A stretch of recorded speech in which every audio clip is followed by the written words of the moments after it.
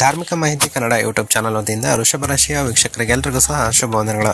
ಸ್ನೇಹಿತರೆ, ಇದು ವಾರ ಭವಿಷ್ಯ ಆಗಿರೋದ್ರಿಂದ ದಿನಾಂಕ 16 ನವೆಂಬರ್ 2025ರಿಂದ ದಿನಾಂಕ 22 ನವೆಂಬರ್ 2025ರವರೆಗಿನ ವಾರ ಭವಿಷ್ಯವನ್ನು ಈ ಒಂದು ವಿಡಿಯೋದಲ್ಲಿ ನಮಗೆ ತಿಳಿಸ್ಕೊಡ್ತಾ ಇದ್ದೇನೆ.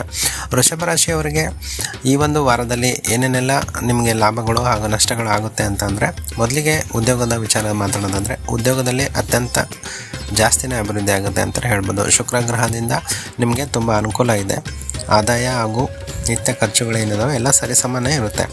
ಗುರುಬಲ ಇಲ್ಲದೆ ಇರತಕ್ಕಂಥ ಕಾರಣದಿಂದ ಶುಕ್ರ ದಶೆ ಇದೆ ನಿಮಗೆ, ಆದರೆ ಗುರುಬಲ ಇರದೇ ಇರೋದ್ರಿಂದ ಶುಕ್ರನ ಒಂದು ಅನುಗ್ರಹದಿಂದ ನಿಮಗೇನು ಲಾಭ ಆಗುತ್ತೆ, ಆ ಎಲ್ಲ ಧನಾಗಮನ ಕೂಡ ನೀವು ಗುರುಬಲ ಇಲ್ಲದೇ ಇರೋ ಕಾರಣದಿಂದ ಕೆಲವೊಂದು ಮನೆಯ ಖರ್ಚು ವೆಚ್ಚಗಳಿಗೆ, ಸಾಲದ EMIಗಳಿಗೆ ಅಥವಾ ಮನೆಯ ಒಂದು ಅಲಂಕಾರಿಕ ವಸ್ತುಗಳಿಗೋಸ್ಕರನೇ ತುಂಬ ಖರ್ಚು ಮಾಡ್ತೀರಾ ಅಂತಲೂ ಕೂಡ ಈ ಒಂದು ಪಂಚಾಂಗದಲ್ಲಿ ಹೇಳ್ತಾ ಇದೆ.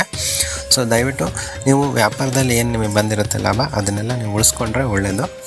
ಜಾಸ್ತಿ ನೀವು ಖರ್ಚು ಮಾಡೋದ್ರಿಂದ ಕೆಲವೊಂದು ನೀವು ಬಂದಿರೋ ದುಡ್ಡನ್ನ ಅಲ್ಲಲ್ಲೇ ನೀವು ಖರ್ಚು ಮಾಡ್ಕೊತ ಬರೋವಂಥ ಚಾನ್ಸಸ್ಸು ತುಂಬ ಅಧಿಕವಾಗಿದೆ. ಅದು ಈ ವಾರ ಮಾತ್ರ. ಈ ವಾರದಲ್ಲಿ ಆ ಥರ ಒಂದು ತೋರಿಸ್ತಾ ಇದೆ. ಇನ್ನು ದಾಂಪತ್ಯದ ಜೀವನದ ಬಗ್ಗೆ ಮಾತಾಡೋದಂದರೆ, ಗಂಡ ಹೆಂಡತಿಯ ನಡುವೆ ಕೆಲವೊಂದು ವಿರಸಗಳಿರ್ತವೆ, ಕೋಪ ಇರುತ್ತೆ. ಕೋಪ ಯಾಕೆ ಬರುತ್ತೆ ನಿಮಗೆ ಅಂತಂದರೆ, ಕುಜ ಮತ್ತು ರವಿಯ ಪ್ರಭಾವದಿಂದನೇ ನಿಮಗೆ ಕೋಪ ಜಾಸ್ತಿ ಆಗುತ್ತೆ. ಈ ಕೋಪ ಬರೀ ಗಂಡ ಹೆಂಡತಿ ಮಧ್ಯೆನೇ ಇರೋದಿಲ್ಲ, ಆಚೆ ಸ್ನೇಹಿತರ ಜೊತೆ ಅಥವಾ ಹೊರಗಡೆ ಸಣ್ಣ ಪುಟ್ಟ ಗಲಾಟೆಗಳು ಆಗೋಂಥ ಚಾನ್ಸಸ್ಸು ಜಾಸ್ತಿ ಇದೆ ಅಂತಲೇ ಹೇಳ್ಬೋದು. ಆದರೆ ಮನೆಯ ವಿಚಾರಕ್ಕೆ ತೊಗೊಂಡಾಗ, ಕುಟುಂಬದ ವಿಚಾರದಲ್ಲಿ ನೀವು ತಂದೆ ತಾಯಿ ಅಥವಾ ನಿಮ್ಮ ಒಂದು ಹಸ್ಬೆಂಡ್ ಆ್ಯಂಡ್ ವೈಫು ಇವ್ರ ಮಧ್ಯೆನೇ ಗಲಾಟೆಗಳು ಜಾಸ್ತಿ ಆಗ್ತವೆ. ಈ ಕೋಪನ ನೀವು ಜಾಸ್ತಿ ಮಾಡ್ಕೊತ ಹೋದ್ರಿ ಅಂದರೆ ಅದು ತುಂಬ ಅತಿರೇಕಕ್ಕೆ ಹೋಗಿ ಕೆಲವೊಂದು ಸಲ ಡೈವರ್ಸ್ ಹೋಗೋಂಥ ಚಾನ್ಸಸ್ ಕೂಡ ಜಾಸ್ತಿ ಇರುತ್ತೆ ಅಂತಲೇ ಅನ್ಬೋದು. ಇಲ್ಲಿ ನಿಮಗೆ BP ನೀವು ಜಾಸ್ತಿ ಮಾಡ್ಕೊಬಾರ್ದು, ದೊಡ್ಡ ಅನಾಹುತಕ್ಕೆ ಕಾರಣ ಆಗುತ್ತೆ ಅದು. ಸೊ ಅಲ್ಲಿ ನೀವು ಸ್ವಲ್ಪ ಕೂಲಾಗಿ ಎಲ್ಲವನ್ನೂ ತಾಳ್ಮೆಯಿಂದ ಯೋಚಿಸಿ ಮಾತಾಡೋದಾದರೆ ನಿಮಗೆ ಯಾವುದೇ ರೀತಿ ತೊಂದರೆ ಆಗೋಲ್ಲ. ಇಲ್ಲ ಅಂತಂದರೆ ಸ್ವಲ್ಪ ಗಲಾಟೆ ಆಗೋಂಥ ಚಾನ್ಸಸ್ ಜಾಸ್ತಿ ಇದೆ ಅಂತಲೇ ಹೇಳ್ಬೋದು. ಹಾಗೆಯೇ ಇದು ಕೇವಲ ದಾಂಪತ್ಯ ಜೀವನದಲ್ಲಿ ಇರ್ತಕ್ಕಂಥವ್ರಿಗೆ ಅಷ್ಟೇ ಸಂಬಂಧಪಟ್ಟಿರಲ್ಲ, ಪ್ರೀತಿ ಪ್ರೇಮ ಮಾಡ್ತಿರ್ತಕ್ಕಂಥ ಪ್ರೇಮಿಗಳಿಗೂ ಸಹ ಇದು ಅನ್ವಯಿಸುತ್ತೆ ಅಂತಲೇ ಹೇಳ್ಬೋದು. ಏಕೆಂದರೆ ನೀವು ಮಾತಾಡೋ ಮಾತಲ್ಲಿ ಸ್ವಲ್ಪ ಕೋಪ ತುಂಬಿರುತ್ತೆ. ಕೋಪ ತುಂಬಿರೋ ಮಾತುಗಳಿಂದ ಅವರೇನೋ ಒಂದು ಮಾತಾಡ್ತಾರೆ, ನೀವು ಅದಕ್ಕೆ ರಿಯಾಕ್ಟ್ ಮಾಡ್ತೀರಾ. ಈ ಥರ ಮಾತುಕತೆಯಲ್ಲೇ ಅದು ನಡೆದಿರ್ತಕ್ಕಂಥ ಗಲಾಟೆಗಳು ಕೊನೆಗೆ ಪರಸ್ಪರ ನೀವು ದೂರ ಆಗೋಂಥ ಚಾನ್ಸಸ್ ಜಾಸ್ತಿ ಆಗ್ಬಿಡ್ತವೆ. ಸೊ ಹಾಗಾಗಿ ನೀವು ತಾಳ್ಮೆನ ಎಷ್ಟು ನೀವು ತಾಳ್ಮೆ ವಹಿಸ್ತೀರೋ ಅಷ್ಟು ನಿಮ್ಮ ಒಂದು ಲೈಫ್ಗೆ ಒಳ್ಳೆಯದು ಅಂತಲೇ ಹೇಳ್ಬೋದು. ಈ ಒಂದು ವಾರದಲ್ಲಿ ನಿಮಗೆ ನಿಮ್ಮ ರಾಶಿಯಲ್ಲಿರ್ತಕ್ಕಂಥ ಗ್ರಹಗಳ ಚಲನವಲನದಿಂದ ಸ್ವಲ್ಪ ನಿಮಗೆ ತೊಂದರೆ ಆಗೋಂಥದ್ದು ಜಾಸ್ತಿ ಇದೆ. ಇನ್ನು ಉದ್ಯೋಗದಲ್ಲಿ ನಿಮಗೆ ಜಾಸ್ತಿನೇ ಲಾಭ ಬರುತ್ತೆ.